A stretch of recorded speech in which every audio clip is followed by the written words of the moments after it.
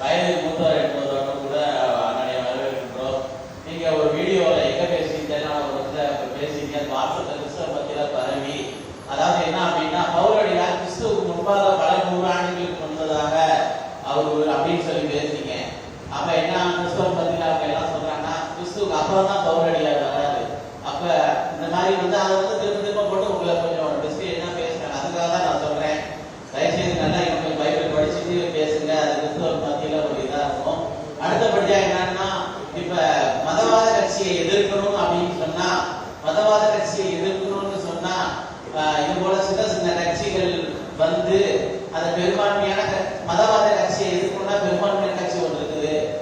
அதை உடைக்கிறதுக்காக தான் அண்ணன் பண்றாங்க. அப்புறம் புதுசா வந்தவங்க எல்லாம் தெரியும், எதையும் பேர் சொல்ல முடியாது, அவங்க எல்லாம் இங்க வந்திருக்கிறாங்க. அது மொத்தம் பெரும்பான்மையா கிறிஸ்தவர்களுக்கு விரோதமா அப்படி இருக்கிறதுக்காக அதுக்காக சின்ன சின்ன கட்சிகளை எழுப்பி விடுறாங்க அப்படின்னு சொல்லி இப்படி ஒரு இது வருது. இதை பற்றியதான ஒரு தெளிவான விளக்கத்தை அண்ணன் தரப்படி கேட்டுக்கொள்ளும். சரி, அந்த மட்டும் நான் சொல்லியிருக்கேன். அதாவது வரலாறு அப்படிங்கிறத பற்றி பேசுகிற போது நம்முடைய அரசியல் தலைவர்கள் எல்லாரையும் விட புள்ளி விவரமாக அர்த்தமாக பேசுகிறவர் அன்பு. நம்ம தலைவர்கள் எல்லாம் தற்கொலைகள். அந்த தற்கொலைகள் பற்றியில ஆனால் அவருக்கு இந்த வரலாறு தெரிய வேண்டும்ங்கிற தேவை இல்லை. இருந்தாலும் அவருக்கு தெரிந்த விடயங்களை அவர் சொல்லியிருக்கிறார்.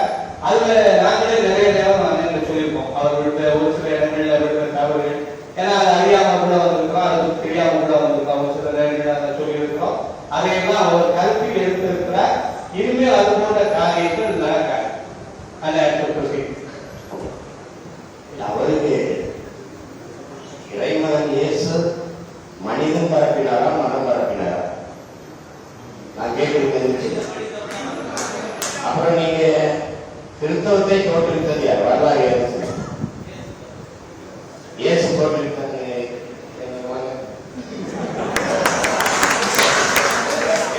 இயேசு தோற்றுவித்தாங்க.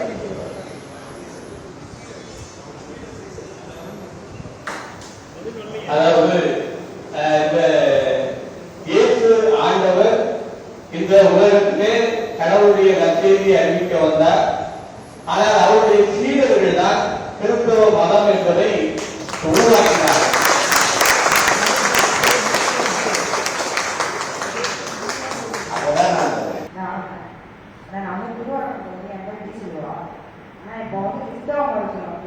கட்டாய மதமாற்றம் நடைபெறுகிறது.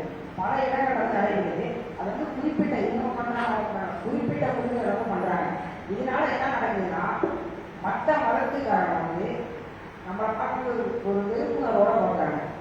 இது எப்படின்னா, ஒரு பொருளாதாரத்தில் பிரச்சனை உள்ள குடும்பத்தில் போய் இவங்க பேசி அவங்க ஒரு உதவியை பண்ணி அவங்களோட கட்டாயம் மதமாற்றம் பண்றாங்க. ஆனா ஒரு கிறிஸ்தவ சொன்னோம்னா, ஆனா இது பெரிய வருத்தத்தை ஏற்படுது. இதை நீங்க ஆதரிக்கிறீங்களா இல்லை எதிர்க்கிறீங்களா?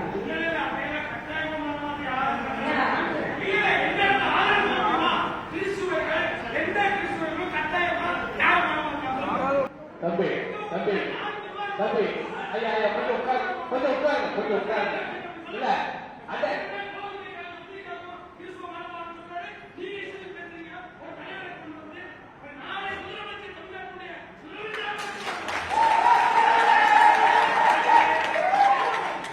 ஐயா ஐயா சரி. அதாவது அண்ணன் ஏற்கனவே தெளிவாக சொல்லிட்டாங்க.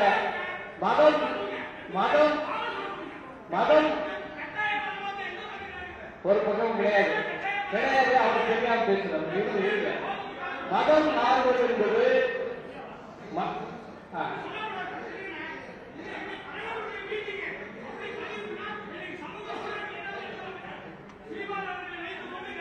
நான் பேசுறேன். நான் இதுக்கெல்லாம் பதில் சொல்லுவேன். நானும் தமிழனாக பிறந்தவன், நான் தமிழனாக பிறந்தவன், இந்துவாக வளர்க்கப்பட்டவன். ஆனால் நான் மனநிறைவோடு கிறிஸ்துவை ஏற்றுக்கொண்டு நான் வாழ்ந்து கொண்டிருக்கிறேன். எவனோ எனக்கு எந்த துன்பம் கொடுக்கல, எந்த ஒரு பணமும் கொடுக்கல. நான் மனப்பூர்வமாய் கிறிஸ்துவின் மார்க்கத்தை ஏற்றுக்கொண்டு வாழ்ந்து கொண்டிருக்கிறோம். ஆகவே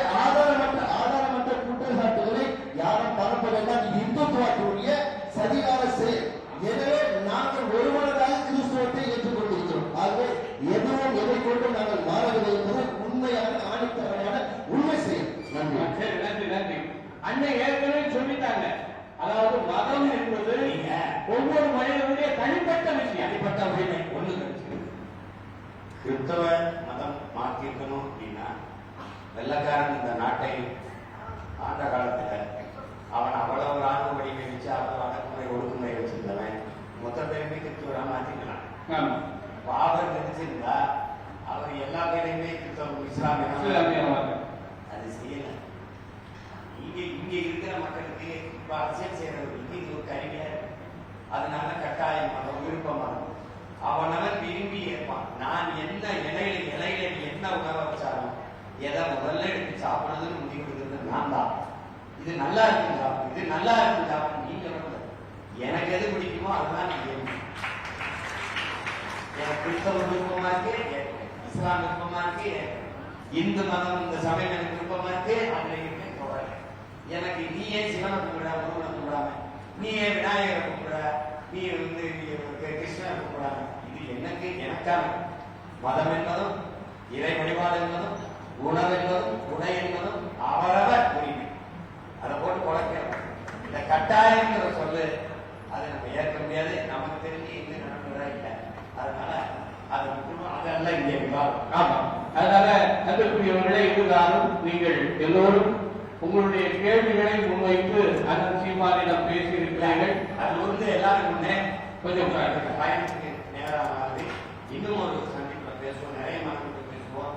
இதுல ஒவ்வொருத்தருக்குமே வருத்தங்கள் இருக்கும், காயங்கள் இருக்கும். கடந்த காலத்தில் பேசிட்டு இருக்காம எதிர்காலத்துல நம் பிள்ளைகளுக்கு எது சரியான அரசியல், எது பாதுகாப்பான அரசியல், எந்த அதிகாரம் இந்த நிலத்தை வளத்தை இந்த மண்ணை மக்களை பாதுகாக்கும் என்பதை புரிந்து கொண்டு என்னரும் இறை மக்கள், என் இனிய சொந்தங்கள், இஸ்லாத்தை கிறிஸ்தவத்தை ஏற்றிருக்கிற என் அருமை தமிழ் சொந்தங்கள், இனிவரும் காலங்களில் நீங்கள் ஆழ்ந்து தெளிந்து யோசித்து வாக்கு செலுத்துங்கள், எங்களுக்கு செலுத்துங்கள் என்று நான் எப்பவும் கேட்கிறேன். எது சரியோ அதை செய்யும். அதுதான் உண்மையிலேயே இறை மக்களுக்கு ஆளார்.